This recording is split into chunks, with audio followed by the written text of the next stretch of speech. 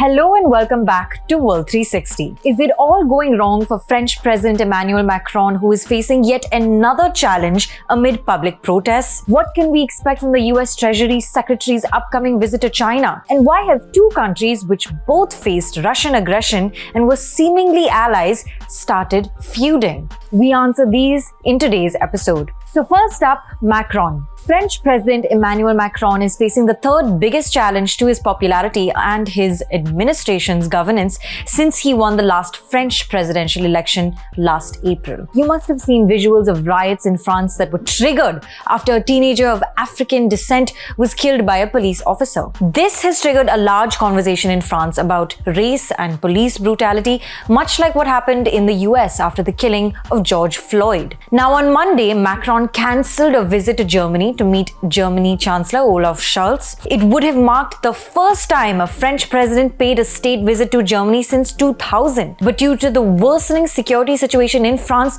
Macron had to cancel this visit and instead convened an emergency government meeting to discuss growing unrest in the country. Now, it's not as though Macron hasn't seen his fair share of protests in the 6 years he's been president. You may remember the yellow vest protests over fuel taxes in 2018 and 19, after which Macron's government backtracked on its initial policy decision. Now, that didn't stop Macron from winning the presidential election in April 2022 and defeating far-right rival Marine Le Pen. Macron became the first sitting president in 20 years of France's history to be re-elected. And he also won by a greater margin than expected. Perhaps Macron thought that his second term as French president would be easier than the last, especially after the debacle over the yellow vest protests. However, it's been one challenge after another in his second term. In January this year, over 1 million people came out on the streets in France to protest Macron's pension reform bill, which sought to increase the retirement age from 62 to 64 years old. Labor unions were also on strike during this time, and Macron's approval ratings plunged. It was also a moment that showed Macron's vulnerability in parliament and his lack of majority. This is because he forced the pension reforms through instead of allowing it to be deliberated or voted upon in parliament. Initially, the lower house of the French parliament was scheduled to vote on the reforms, but in a surprise move, Macron used special powers in the French constitution that allowed his government to bypass members of parliament. A report in The Guardian explained that this move illustrated Macron's difficult position in parliament. He was left severely undermined in the National Assembly after his centrist grouping failed to win an absolute majority in parliamentary elections last June amid major gains for the far-right and radical left, stated the report. After the pension protests, Macron received a lot of heat on the world stage for his visit to China, his bonhomie with the Chinese President Xi Jinping, and his interview to Politico ahead of the trip, in which he said countries should resist becoming blind followers of America. It was in this interview that he also made some controversial remarks about Taiwan that also invited criticism.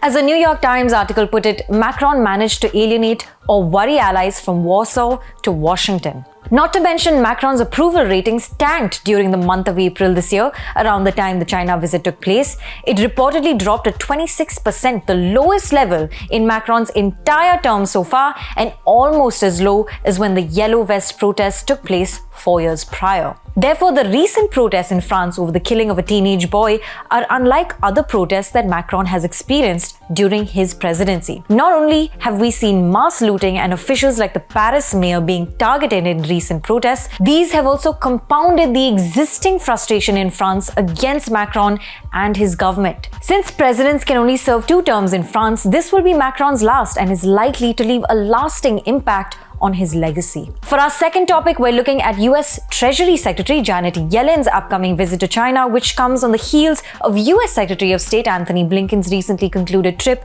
to Beijing. On the whole, this is being viewed as a step in the right direction for the US and China, which have been at loggerheads on the world stage for years now. Even a report by Global Times, the mouthpiece of the Chinese government, ran a story recently saying Yellen's upcoming visit is a positive sign in keeping the lines of communication between the two countries open. Yellen is expected to visit China from July 6th to 9th and is expected to hold a series of macroeconomic and financial discussions with officials there. Let's not forget that China and the US are the two biggest economies in the world, and global supply chains as well as other macroeconomic factors are greatly impacted by the two nations. What's also interesting is that Yellen's visit will come at a time when China is restricting exports of two key materials used to make computer chips. This was viewed as a retaliatory measure after the US tried to curb Chinese access to advanced microprocessors. As you know, the global semiconductor supply chains, which are necessary for almost all advanced gadgets and electronic devices in the world, have been under strain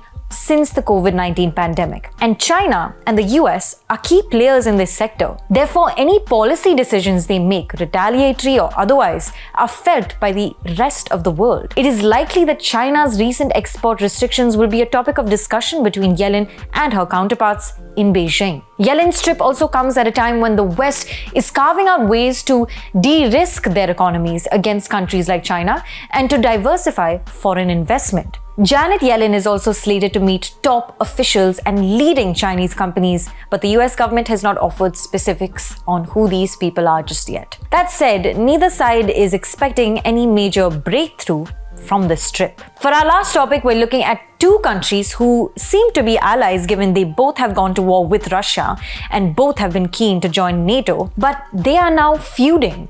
I'm talking about Ukraine and Georgia. Ukraine and Georgia are two very unique countries. They are both former Soviet republics that share borders with Russia. They both have also seen Russian influence over separatists in their own countries. For example, Ukraine faced Russian aggression in 2014 and lost Crimea and other parts of its territory.